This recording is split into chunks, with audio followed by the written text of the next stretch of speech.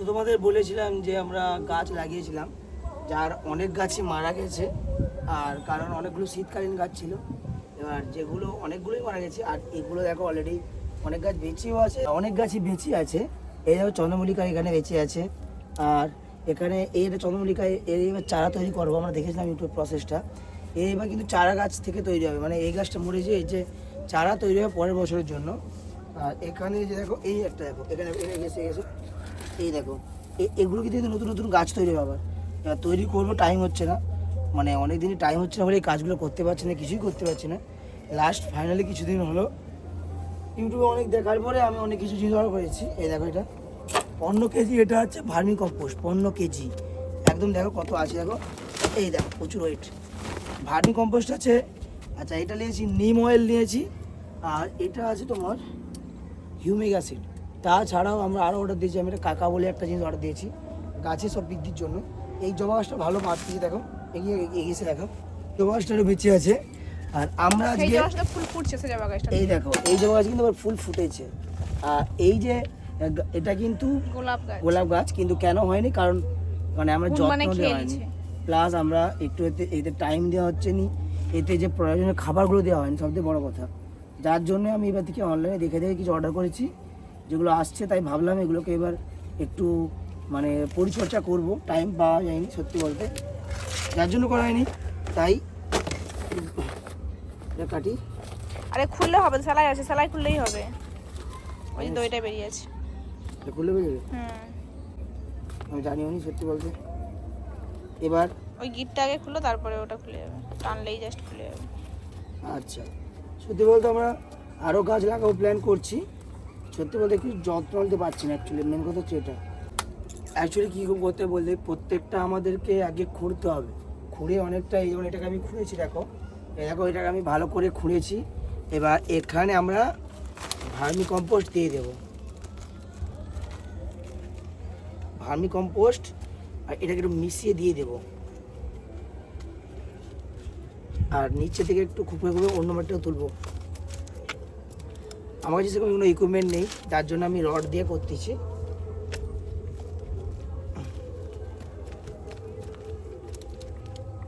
সত্যি বলতে একটা জেনুইন কথা বলি, যদি তোমরা গার্ডেনিং করো, কেউ যদি গার্ডেনিং করে না, তার একটা মানে গার্ডেনিং করার সময় তুমি দেখবে আল্লাহ কোনো চিন্তা মাথায় আসে না। এটা সব থেকে গার্ডেনিংয়ের মেন বিষয়। গার্ডেনিং করলে তোমার মাইন্ডটা প্রচুর প্রচুর মানে ফ্রি মাইন্ড থাকে, মাইন্ডে যে এত চিন্তা টিন্তা ওই সময় কিচ্ছু থাকেনি। ওই সময় শুধু গাছকে নিয়ে যখন তুমি পরিচর্যা করো না, অন্য কোনো মাথায় ট্রেস থাকে না, যার জন্যই মানুষ গার্ডেনিংটা করে। আর আমি এখন গাছ, অনেক গাছ কমে গেছে, বাট আবার অনেক গাছ কিনবো, ছাদে অনেক গাছ লাগাবো আবার। আমি যেমন এটাতেও দেখো পুরো খুঁড়েছি, এটা তো আমার খোঁড়া কমপ্লিট।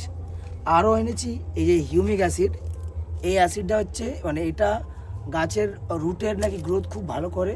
আর যে সব খাবারগুলো থাকে গাছের গোড়ার নিচে, মানে খনিজ মৌলগুলো ওরা স্পিডে টানে, যার জন্য এটাকে বললো 5 ml, I think 5 ml 2 litre বা 1 বালতি করে জলে গুলিয়ে দিয়েছিল দেখছিলাম। খুব কম পরিমাণ দিতে হয়, আর প্রত্যেকটা গাছের গোড়ায় দিয়ে দিলে খুব ভালো কাজ করে। তো আমি এতদিন অবধি কোনো পরিচর্যার জন্য কিচ্ছু দেইনি, প্রথমবার যে পরিচর্যার কিছু জিনিস দেবো। আরও অনেক কিছু অর্ডার দিয়েছি, সব আসবে। এটা দেখো 15 কিলো অর্ডার দিয়েছে, 15 কিলো। ওই দাম বেশি নয়, দাম ওই 200-250 টাকা পড়েছে, 200-250 টাকা।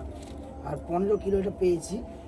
দেখা যাক এগুলো দেওয়ার পর কত বেটার রেজাল্ট পাওয়া যায়, দেখা যাক। দিচ্ছি সবগুলোকে, এবারে একটা একটা করে আমরা পটিং করবো ভালো করে।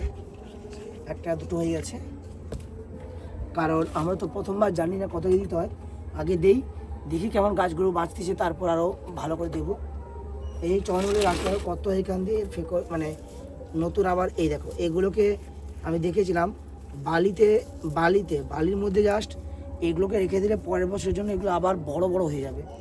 তো এটা করবো প্রসেসটা, ওর জন্য দেখছিলাম ওর যে কাটার পর রুটে কিছু একটা কি একটা হরমোন লাগাতে হয়, কিছু খেয়াল নেই আমার। তো ওটা দিয়ে লাগালে তাড়াতাড়ি আর খুব ভালো হয়, প্রচুর চারা গাছ তৈরি করা যায়। তো এই দিন এক চারা গাছ তৈরি দেখাবো, চারা গাছ তৈরি করা। এই দেখো এটা চন্দ্রমল্লিকা, এই দেখো এই যে এটা, এই যে এগুলো ভালো করে দেখাবে জুম করে। এখান দিয়ে দেখো বেরায়নি, সাইড দিয়ে বেরিয়েছে। এটা হচ্ছে মানে ভালোভাবে বলছি তোমাদেরকে, যেটা বলছে আমাদেরকে, এটাকে বলে মাদার প্ল্যান্ট। এটা হচ্ছে এবছরের জন্য ছিল, পরের বছরের জন্য যে নতুন বেবি বনটা, এটাকে এখান দিয়ে কেটে জাস্ট রুটের কাছে কি একটা অক্সিজেন হরমোন লাগিয়ে দিলে, মাঠে পুঁতে দিলে 7-8 দিনের মধ্যে মারাত্মক শিকড় গজাবে আর পুরো এটা নতুন একটা মানে চন্দ্রমল্লিকা গাছ হবে। একটা নয়, এখানে অনেক বেরিয়েছে। এই একটা দেখো, এই একটা। তো এটা পরের বছর রেডি করবো আমরা। তাছাড়াও দেখো জবা গাছটা বেঁচে আছে, আর এদিকে আমরা এখন গোলাপ গাছটা পরিচর্যা করা হয়নি। তো সব গাছগুলোকে আরও অনেক গাছ কিনে আনবো। আমি অনেক গাছ কিনেছিলাম, দেখো টবটা দেখো, প্রচুর গাছ মারা গেছে। তার কারণ একটাই, যে কোনো জিনিসে না সময় দেওয়া দরকার, আমার সময়টা দেওয়া হয়নি, প্রচুর সময় দেয়নি আমরা একদমই। এই সময় দিতে হবে, যার জন্য এগুলোকে রেডি করি এখন। আর দেখা যাক কতটা ভালো রেজাল্ট পাওয়া যায়। অলরেডি কিন্তু এখন দেখতে হচ্ছে সন্ধ্যা হয়ে যাচ্ছে, আর আমরা এখানে গাছ লাগানো চলছে, গাছের পরিচর্যা করা। এই দেখো মাটিটাকে এখন কিন্তু খোঁড়া চলছে। ওরাই মিলে এই দেখো এগুলোকে করে নিয়েছি কমপ্লিট। এই দেখো প্রত্যেকটা মাটিটাকে চেঞ্জ করেছি। আর এবার আমরা ওর মধ্যে হিউমিক অ্যাসিড দেবো, আর একটু এই যে নিম খোল দিয়ে দেবো, নিম অয়েল। তো ম্যাডাম খুলতেছে, এখানেও খোলা বাকি আছে। আরও অনেক গাছ নিয়ে আসবো, লাগাবো এখানটায়। আর এই ভার্মি কম্পোস্টটা ফ্লিপকার্ট থেকে নিয়েছি, তোমরা চাইলে বলবে, কমেন্টে লিঙ্ক দিয়ে দেবো। এটা 200-250 মতো পড়েছে 15 কেজিতে। দেখা যাক কেমন কাজ করে, না হলে বলে দেবো কেমন কাজ করে, তোমাদেরকে জানাবো। এই দেখো জবা গাছগুলো একদম, এখানে শুধু জবা গাছে এখানে জবা গাছে ফুল ফুটেছে অলরেডি। এটাতে দেখা যাক কেমন ভালো রেজাল্ট হবে। অন্ধকার হয়ে গেছে, কোয়ালিটি একদম খুব বাজে আসছে। জল নিয়ে এসছি আমরা দুজনে, একটু এই সন্ধ্যার দিক করেই এসছি, ঘুম থেকে উঠেই আমরা চলে আসছি একটু গাছের পরিচর্যা করার জন্য। চলো পুরোটা দিই, তারপরে আমরা দেখাচ্ছি তোমাদেরকে। তো আজকে আমরা হিউমিক অ্যাসিডটা দেবো। হিউমিক অ্যাসিডটার প্রচুর নাকি কাজ, আমি অনেকের ভিডিওতে দেখেছি, তাই আমরা আস্তে হিউমিক অ্যাসিডটা দিয়েছি।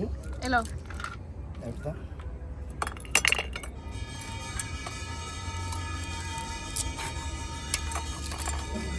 তো লিকুইড হিউমিক অ্যাসিড, বারবার বলেছি এটাকে একদম কম পরিমাণ, মানে 5 ml এরকম,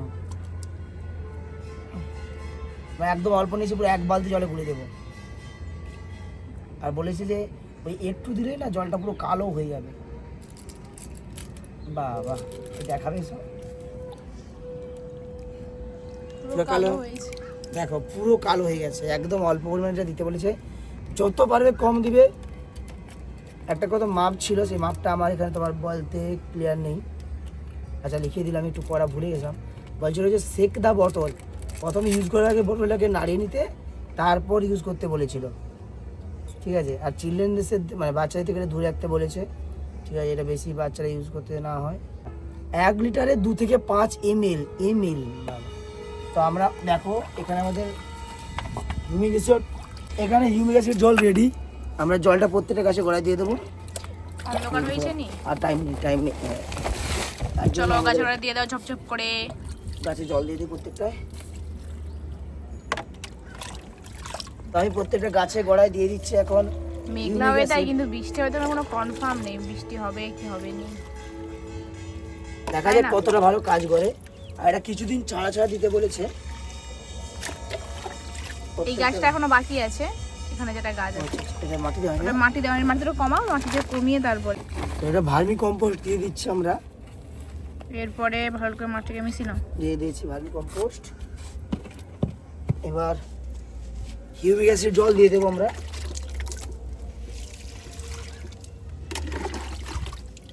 আজকে মেঘের অবস্থা একদমই মানে ভালো নয়, একদমই। অনেক গাছ কিনে আনতে হবে আমাদেরকে, গাছ কিনবো আমি। গোলাপ গাছটা দিছো? গোলাপ গাছটা গোলাপ গাছ কবে গোলাপ দিবে কে জানে। গোলাপ গাছে দিবা হয়েছে, সব গাছে দেওয়া হয়ে গেছে,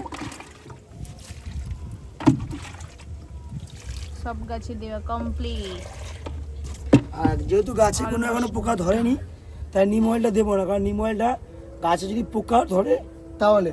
আর আমাদের একটা গাছে এখনো অবধি পোকা ধরেনি, মানে শুধু আমাদের যত্ন নেওয়া হয়নি বলে আমাদের গাছ শুধু মরে যাচ্ছে, আর কিছুই সমস্যা হয়নি, তাই না?